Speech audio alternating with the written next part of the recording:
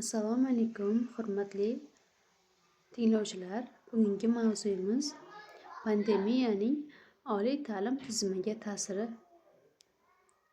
rejamiz. Birinchisi, oliy ta'lim tizimiga pandemiyaning ta'sirini asosiy nuqtai nazardan tahlil qilish. Ikkinchisi, pandemiyaning o'quv jarayoniga va talabalarga ta'sirini o'rganish. Uchinchisi, yangi texnologiyalar va onlayn ta'limning rivojlanishi va kelajak istiqbollari. Pandemiyaning oliy ta'lim tizimiga ta'siri. Pandemiya oliy ta'lim tizimida muhim o'zgarishlar keltiradi. Onlayn ta'lim keng qo'llanila boshlandi. Bu esa talabalarga yangi imkoniyatlar bilan birga muammolarni ham yuzaga keltirdi. Masalan, internetga kirishdagi muammolar, ta'lim va tizimidagi pasayishi kuzatildi. Bu jarayon ta'lim uslublarini va sifatini qayta ko'rib chiqishni taqozo etadi. Oliy ta'lim tizimidagi o'zgarishlar. Pandemiya davrida ta'lim metodlari va yondashuvlar sezilarli darajada o'zgardi. Onlayn darslar, virtual laboratoriyalar va intellektual platformalar keng qo'llanila boshladi. Bu o'zgarishlar ijobiy natijalarga olib keldi. Masalan, kengroq auditoriyalarga erishish va texnologiyalardan samarali foydalanish imkoniyatlari paydo bo'ldi.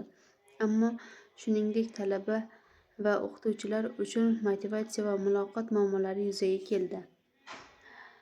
Talabalar va o'quvchilar uchun yangi sharoitlar. Pandemiya davrida masofaviy ta'lim keng joriy etildi.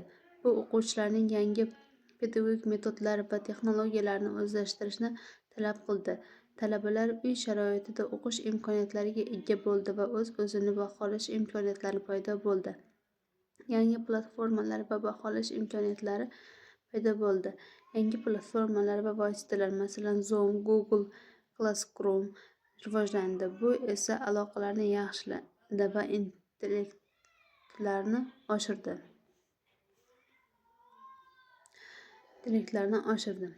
Kelajakda oliy ta'lim tizimi yangi texnologiyalar va raqamli yondashuvlar bilan oliy ta'lim innovatsiyalari keng joriy etilmoqda.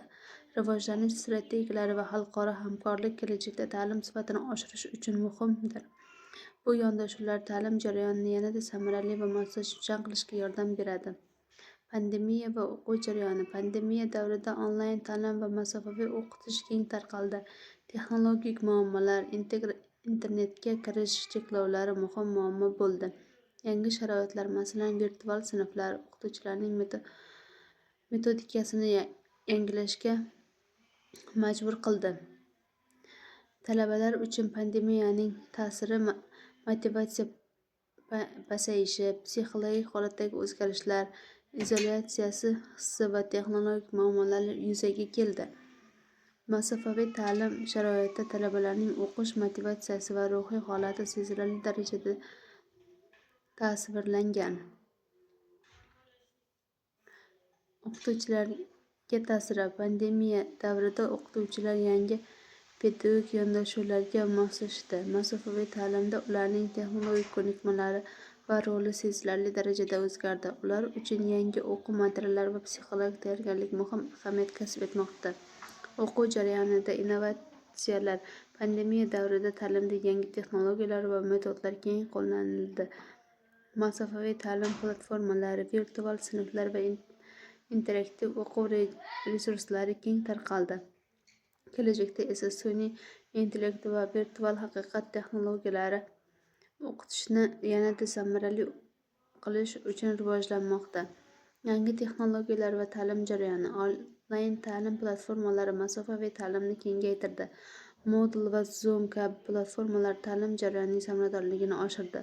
Virtual laboratoriyalar va interaktiv darslar kabi innovatsion yondashuvlar ta'lim sifatini yaxshilaydi. Bu texnologiyalar talabalarga qulay sharoitlar yaratadi. Onlayn ta'limning afzalliklari. Onlayn ta'lim talabalar uchun qulayliklar va keng imkoniyatlar yaratdi. Masalan, istalgan joyda va vaqtda o'qish imkoniyatlari.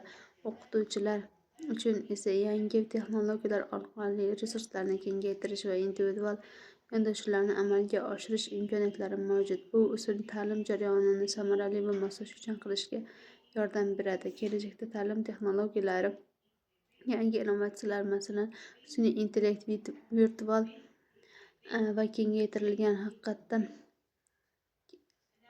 texnologiyalarni ta'lim jarayonini tubdan o'zgartirishi mumkin. Raqamli transformatsiya yordamida personalizatsiyalashgan va interaktivlik oshadi. Bu esa ta'lim sifatini va kengayishini ta'minlaydi. Bu texnologiyalar talabalar va o'qituvchilar uchun yangi imkoniyatlar yaratdi.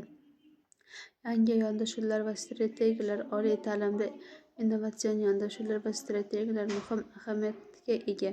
Raqamli texnologiyalar va onlayn platformalar yordamida ta'lim samaradorligini oshirish mumkin. Yangi metodlar, masalan, interaktiv o'quv vositalari va loyiha asosidagi ta'lim talabalarning faol qatnashishini ta'minlaydi.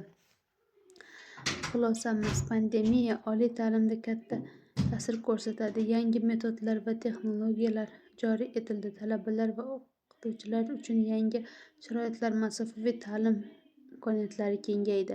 Innovatsiyalar va raqamli transformatsiyalar ta'lim sifatini oshirdi. Kelajakda ta'lim strategiyalari va yondashuvlar rivojlandi. Yangi texnologiyalar yordamida oliy ta'lim yanada zamonaviy bo'ldi. Hamkorlik, innovatsiyalar va texnologiyalar rivojlanishida e'tibor qaratish muhim. E'tiboringiz uchun rahmat.